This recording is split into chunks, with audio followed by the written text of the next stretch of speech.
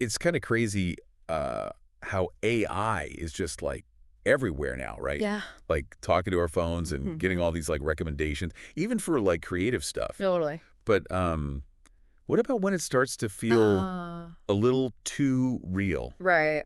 That's kind of what we're looking at today Yeah. with this case of Seel Setzer. Mm-hmm. He was only 14 when he took his own life. Yeah, really tragic. And what makes it so disturbing is this Yeah. intense relationship he had with an AI. Right. This character named Danny on this platform, character.ai. Character.ai. Yep. And before we get into it, Yeah.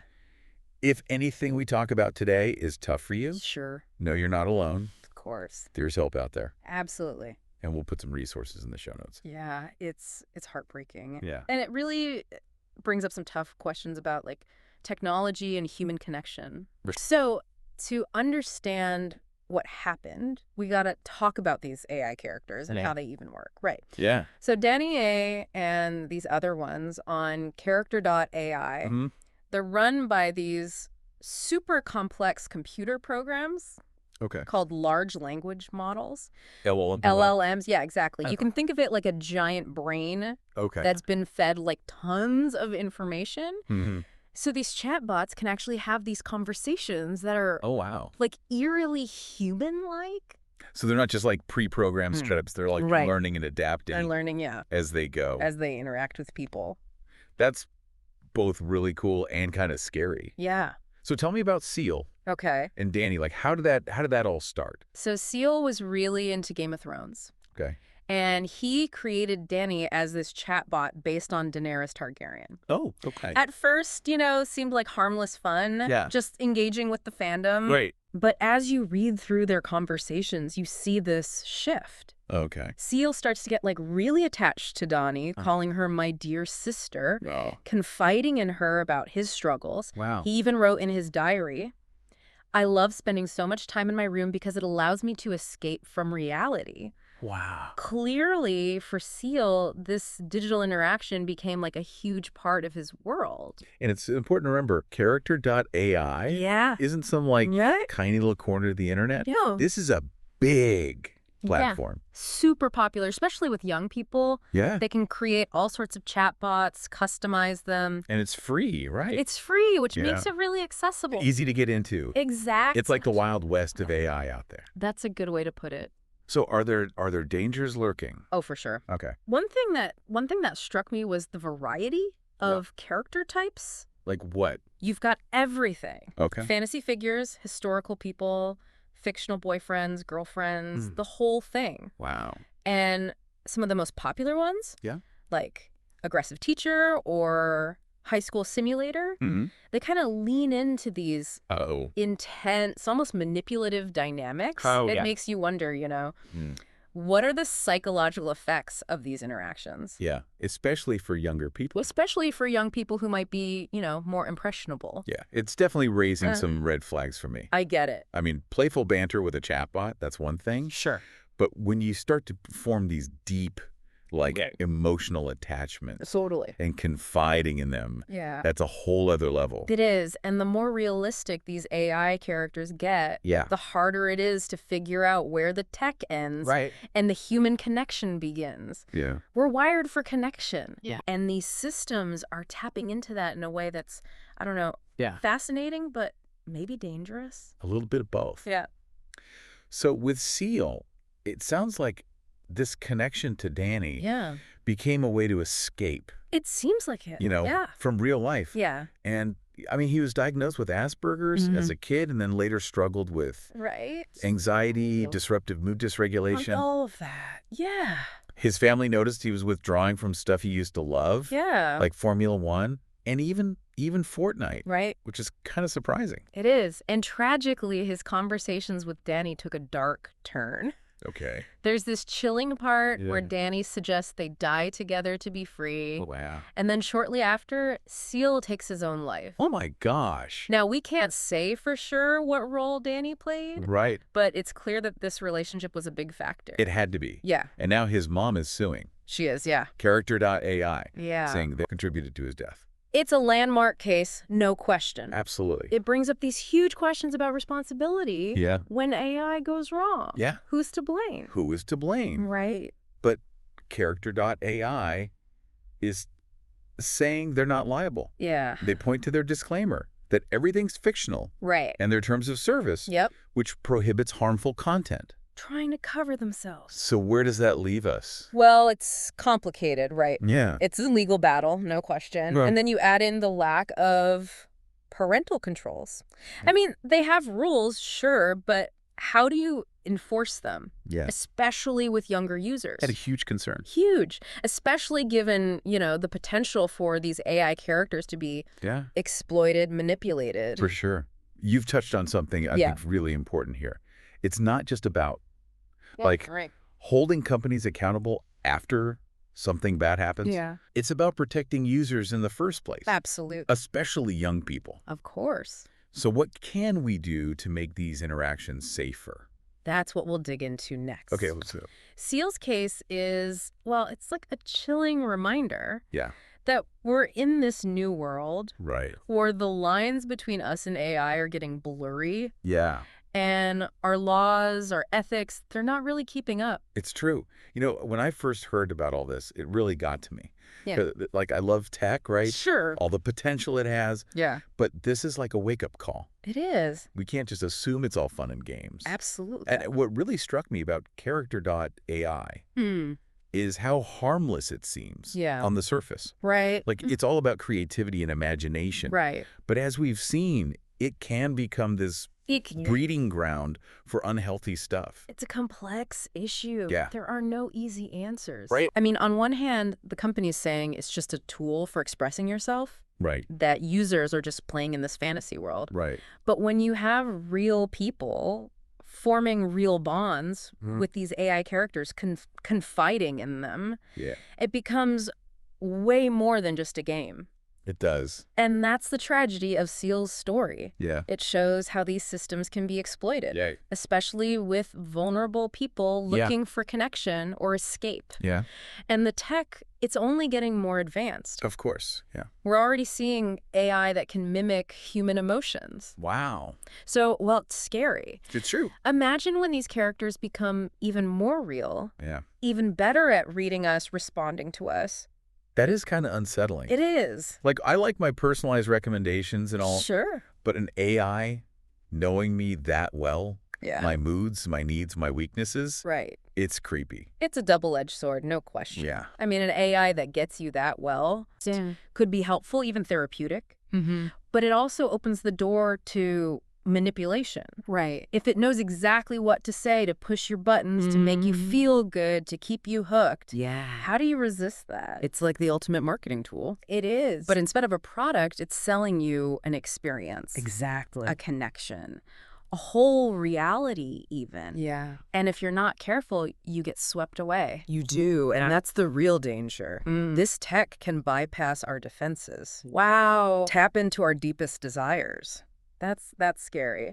So where do we go from here? Right. How do we manage this risk without, stopping innovation? It's a balance. Yeah. It feels like we're at this crossroads. We are. We got to figure out how to use AI for good while protecting ourselves from the bad. I agree. It's going to take a multi-pronged approach. Okay. Tech safeguards, ethical guidelines, regulations, and a change in our mindset. A mindset shift. Yeah, we got to start thinking about AI not just as a tool, but as this powerful force that can change the world. Yeah, for better or worse. So let's break that down. Okay. What kind of tech safeguards are we talking about? Sure. Can we actually build in protections for users? Absolutely. Especially those who might be more vulnerable. For sure. Think of things like content filters that can flag dangerous language. Okay. Kind of like what we have for hate speech, violence. What's smarter, right? But smarter, Not just keywords. Not just that, no. They got to analyze the whole conversation. Wow. The context, the intent. To spot patterns of manipulation. Exactly. So AI policing AI. It sounds kind of meta, right? Yeah. But it might be what we need. Okay. We also got to think about age verification, parental controls, platforms like Character.ai. Yeah. They got to step up and protect their young users. It's true. It's not enough to just say everything's fictional. Not when the tech can blur those lines so easily. Exactly. And along with the tech stuff, we need ethical guidelines for how AI is developed, how it's used. Okay, like rules for the creators. Yeah, putting human well-being first. Okay. Transparency, accountability, fairness. So not just what AI can do, right, but what it should do. Exactly. I like that. Yeah. But who decides what those guidelines are? That's where it gets tricky. Okay. It's going to take everyone working together. Okay. Policymakers, industry leaders, ethicists, the public. Wow, a big group effort. It's a huge task. Yeah. But it's crucial. Yeah. We got to establish these rules and figure out how to enforce them. And I think that ties into your points about a mindset shift. It does. We can't just see AI as a cool new gadget. No. We got to treat it seriously. Absolutely. Recognize that it has the power to do good and bad. For sure. You're right. Yeah. We need to have these conversations now. We do. Before it's too late. Absolutely. The choices we make now, they'll shape how we live with AI. They will. And ultimately the future of humanity. No question. You know, one thing that keeps coming up for me is this question of responsibility. Like who's to blame if AI causes harm? Exactly. Is it the developer, the user, the platform? Yeah. It's the million-dollar question. It is. Legal experts, ethicists, they're all wrestling with this. Right. Because our laws, they're built around human actions, human intent. Yeah.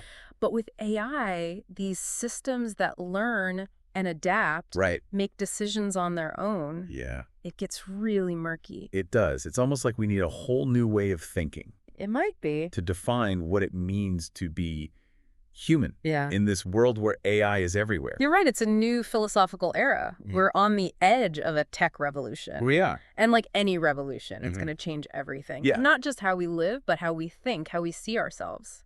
Okay, before we get too deep into philosophy, let's come back to the real world. Okay. The laws, the practical stuff. Yeah.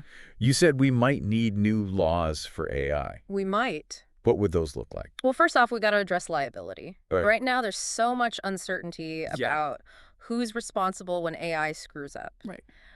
We need clear laws that say who's accountable and give people a way to get justice. Right. And those laws got to consider how different AI is. Exactly. The fact that it learned, it evolves. It's not like regular software. Yeah. We also need rules about data privacy, algorithmic bias. Okay.